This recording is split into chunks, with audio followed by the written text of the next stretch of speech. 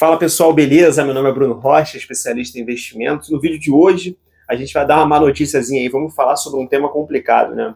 Você está vendo aí que a dívida PIB aumenta, a taxa de juros aumenta, influenciando todo o crédito do país. E o papo que vem sempre à tona é sobre dominância fiscal. Já ouviu falar? Sabe o que é a dominância fiscal? Para que ela serve? Como ela funciona? Quem é que pratica? O que ela muda na tua vida, né? Ah, mas eu não invisto. Será que ela mexe na minha vida? Mexe, tá? E eu vou te explicar o que é a dominância fiscal, quais são os impactos dela na sociedade. É um vídeo bem interessante. Não fica tranquilo que eu não vou falar nenhum tipo de economês aqui, palavras muito difíceis, nem coisas muito complicadas. Eu vou tentar simplificar ao máximo, porque é mais fácil você sair daqui entendendo, tá? Vamos lá, mas antes de começar, deixa o gostei, se inscreve no canal, compartilha aí para o máximo de pessoas possível, tá? Manda para aquele teu amigo aí que tu gosta. Comenta aqui para mim em que você está investindo agora, tá aproveitando a renda fixa pagando alto aí, tá investindo fora do país, acreditando na alta do dólar, tá investindo nas ações nacionais, porque você acredita que está muito barato, mas sempre pode ficar mais barato, né? O que você está fazendo com o teu dinheiro? Ou não está fazendo nada, está devendo pra caramba aí, mercado caro pra caramba, ostentação hoje em dia é um pacote de café, né? O que você está fazendo com o seu dinheiro? Ou deixando de fazer com ele, tá? Mas vamos pro vídeo, vamos lá. Primeiramente, o que é dominância fiscal, tá? Dominância fiscal é quando o Banco Central, que é o responsável pela política fiscal do país, perde o poder de atuar. O que seria isso, tá? Você sabe, está acompanhando o canal aqui, acompanha esse tipo de conteúdo há algum tempo. Toda vez que o Banco Central ele aumenta a taxa de juros e torna o crédito do país mais caro e viabiliza, obviamente, a criação de novos empregos, criação de novas empresas, o desenvolvimento do país, ele não faz isso porque ele é uma pessoa ruim. Tá? O presidente lá do Banco Central ele não faz isso porque ele é uma pessoa ruim. E hoje ele tem até independência de fazer isso, diferente de quem tiver o indicado para o cargo. Tá? Então ele faz isso porque a inflação está alta e ele tinha que diminuir o consumo das famílias, tá? Ele tem que diminuir a produção do país para que a economia dê uma arrefecida, tá? Para que consiga depois abaixar a taxa de juros para o país voltar a crescer. Se começar a estimular muito, abaixando a taxa de juros, botar em 2% como aconteceu antes da pandemia, porque a economia estava parada, tinha um motivo para aquilo e tudo mais, eu não sei se deveria ter caído para 2, mas tinha um motivo. Tá? Se acontecesse isso hoje em dia, ia explodir de gente pegando empréstimo, criando empresa e tudo mais. Só que a inflação está muito cara. Quem ia financiar todas essas dívidas? Você emprestar para o governo, ele vai te dar 2% ao ano, tirando imposto, tá? Tirando o IR ali que você paga, o IOF, quem sabe se você retirar em 30 dias, sendo que a inflação estaria 10, ninguém emprestar. Então, assim, não é tão simples quanto parece. Tem que abaixar a taxa de juros porque o país está parado. Não é tão simples assim, tá? Então, o Banco Central ele é obrigado, às vezes, a aumentar a taxa de juros para frear um pouco o ímpeto do país, tá? Diminuir a inflação, controlar o câmbio também, tá? Porque você tem que ser mais atrativo para o gringo, para ele ficar aqui. Se os Estados Unidos está pagando 5, vamos dizer que o Brasil tivesse a 1.000 maravilhas. O Brasil não tem como colocar 2. Por quê? Você emprestaria, vamos colocar 5,5. Você emprestaria para os Estados Unidos, a maior economia do mundo, pagando 5, você emprestaria para o Brasil, um país subdesenvolvido da América do Sul, pagando 5. Se é a mesma taxa, você emprestaria para quem tem a máquina do dinheiro internacional, né? Todo mundo demanda dólar. Real, o Brasil e meia dúzia de países aqui da América do Sul que tem uma moeda pior que a nossa. Então, assim, o Banco Central ele tem um papel muito importante. Só que o que acontece? Quando a dívida do país está muito alta, o Banco Central perde o seu poder de atuar. Ah, Bruno, como assim? Não é só ele aumentar a taxa de juros, que na teoria a inflação baixa, o dólar, né, dá uma caída de preço. Não é só fazer isso? É. Só que, quando o governo deve muito, a dívida PIB do Brasil está em mais de 76%, é uma dívida muito alta, principalmente para países emergentes. Tá? A pessoa acaba comparando com o Japão, os Estados Unidos, tem uma dívida muito maior. Só que eles têm muito mais condições de pagar do que a gente. Então, eles têm um histórico de bom pagador que a gente não tem, tá? Eles têm o rating lá das agências muito melhor que o nosso, tá? Que é onde diz se ele tem condição de pagar, ele é um bom pagador, ou ele é aquele teu primo que vive te pedindo dinheiro e diz que vai te pagar quando arranjar um emprego. Então, assim, as coisas são muito complexas para a gente analisar de forma simples. Então, tem uma hora que o Banco Central ele acaba aumentando a taxa de juros, o país deve muito. Ele dá uma acalmada na inflação. Só que essa dívida desse país, na teoria, em grande parte, ela é medida, né, ela é reajustada pela Selic. E o que acontece?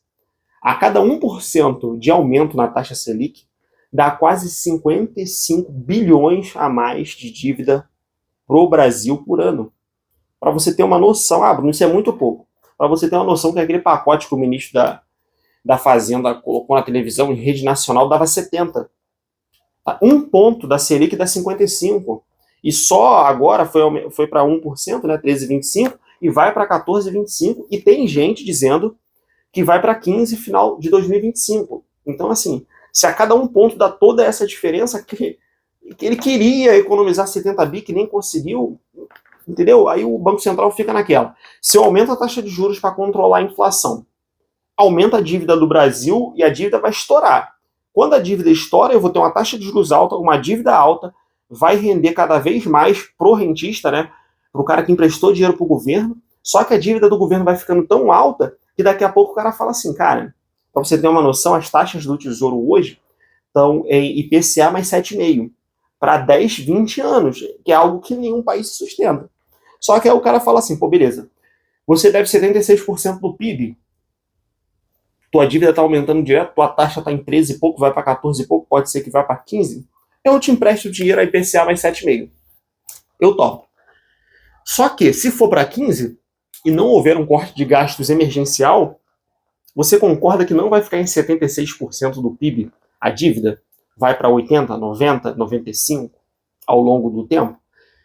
Então, isso inviabiliza o Banco Central de aumentar a taxa de juros. Ele pode até aumentar, só que ele não vai controlar a inflação, porque o país vai ficar cada vez mais endividado, cada vez emitindo títulos com taxas mais altas para se financiar, vai virar a espiral do caos. Então, a dominância fiscal é quando entra nisso. O Banco Central ele perde totalmente o seu poder de agir. E isso aí, cara, acaba com o país, tá? O Brasil hoje, além disso, ainda tem a inflação batendo a porta, tá? Passamos da meta de inflação, né? Do teto, né? Porque aqui é banda, né? De 3 a 4,5, fomos a quase 4,80 esse ano. E o desemprego, graças a Deus, isso é uma boa notícia, apesar de como eles fazem essa conta do desemprego, né? Quem não está procurando emprego há um certo tempo não é considerado desempregado, já falei isso aqui para vocês, mas está em 6,6, que é a menor taxa da série histórica. Isso é bom para o país? Maravilhoso, cara. Eu acho que uma pessoa sem emprego, ela perde a vontade de viver, a dignidade do ser humano é ter um emprego, ter o dinheiro para pagar uma escola para o seu filho, uma comida para dentro de casa, água, luz, internet, para que você viva confortavelmente, já que você sofre tanto. Você merece, pelo seu trabalho, ter o mínimo de conforto, tá? O desemprego nas mínimas histórias é ótimo. Porém, mais gente com dinheiro, tá? 6,6, menor taxa histórica. Sendo que milhões e milhões de pessoas no país, estima-se mais de 50 milhões de pessoas, recebem auxílio do governo. Então é mais dinheiro injetado na economia, sem produção correspondente, todo mundo trabalhando, desemprego na mínima, mais gente comprando.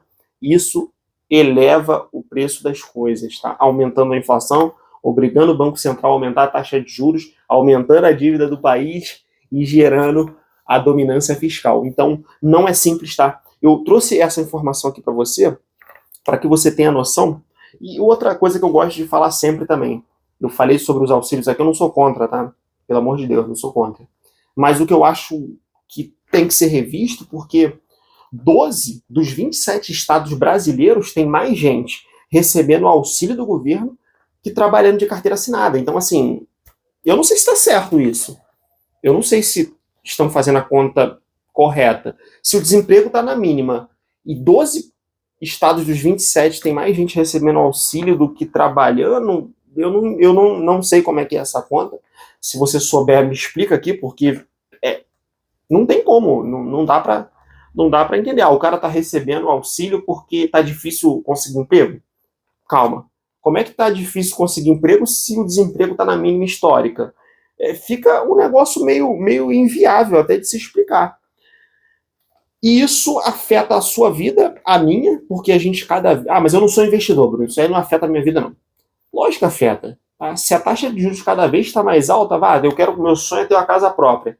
Tu acha que o banco vai financiar a tua casa própria a quanto? Bom, ele pode receber 15% do governo livre de risco. Bom, beleza, o governo pode, se der tudo errado, o governo imprime mais moeda, paga ele 15% livre de risco, tá? Se a Selic chegar a 15 aí final do ano. Não sei se vai chegar. Para que ele vai te emprestar a 12? A 15. Você tem mais condições de pagar do que o governo, você pode ficar desempregada. Tua família pode passar por algum problema. Então ele vai te cobrar 30. A taxa Selic, você acha que você... As pessoas acham que a taxa de juros é 15, então eu vou lá no banco pegar um empréstimo a 15. Tenta. Vai lá no banco, tenta pegar. Você é empreendedor, você é pessoa física, pega 15. Nunca. Porque se ele pode emprestar para o governo a 15, ele nunca vai te emprestar 15, ele vai te emprestar 30. Isso aí acaba com o país. Tá?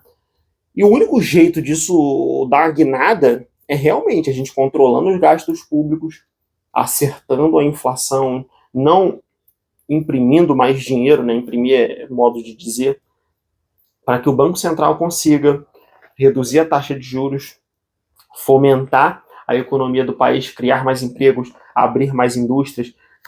O cara lá de fora ele vai falar assim, pô, beleza, a taxa de juros do Brasil diminuiu, eles têm incentivo para quem abre empresa aqui, pode ser criado. Cara, imagina, cara, se você colocar que o empresário de fora que abrir mais de 10 mil empregos aqui, ele vai pagar metade do imposto que ele paga no país dele. Ah, Bruno, mas é justo ele pagar metade do imposto que ele paga e, pô, o cara aqui brasileiro pagar mais por um determinado tempo? Eu acho válido, sim. Você não está pensando na cabeça dessas 10 mil pessoas que ganharam emprego, que não tinham nada, o cara estava deixando o dinheiro dele lá fora em outro país, agora está trazendo para cá. Será que às vezes não vale a pena dar um incentivo para o cara trazer emprego para cá, facilitar a legislação trabalhista para que ele consiga contratar mais rápido, contratar mais pessoas de forma a que se adapte ao serviço que ele quer prestar? Pode ser que seja um serviço que demande 3 meses por ano só. Ah, mas isso é bom? Pô, não é melhor trabalhar 3 meses do que não trabalhar? Então, assim, imagina os impostos, diretos e indiretos. Essa empresa vai pagar metade dos impostos, mas e os trabalhadores que compram produtos e serviços que pagam 30% no produto, mais os 27,5% às vezes do imposto de renda? Olha quanto dinheiro traria para os cofres públicos, mais o corte de gastos, Selic abaixaria. A gente começaria a entrar num rumo muito bom. Eu não sei o que falta para isso acontecer, tá? Se você souber, coloca aqui nos comentários, mas realmente eu acho que não é tão difícil fazer. Eu sei que uma pessoa só com uma caneta não resolve todos os problemas, né? É um colegiado ali, é uma Câmara, é um Senado, não é simples de fazer, mas eu acho que tem querer. Se tiver querer na história e entender como a economia funciona, a gente pode sair desse processo de dominância fiscal que ainda não chegamos, tá? Os economistas dizem que nós não chegamos na dominância fiscal, mas pode ser que aconteça a qualquer momento e trave totalmente o país. Beleza? Eu espero ter agradado. Fiquem com Deus. Não é para entrar em desespero, pelo amor de Deus. Vamos continuar trabalhando, continuar investindo, continuar vivendo as nossas vidas assim, sem entrar em parafuso. Mas é bom ter essa consciência do que é, do que significa, para que ninguém te enrole. Beleza? Fiquem com Deus e até a próxima.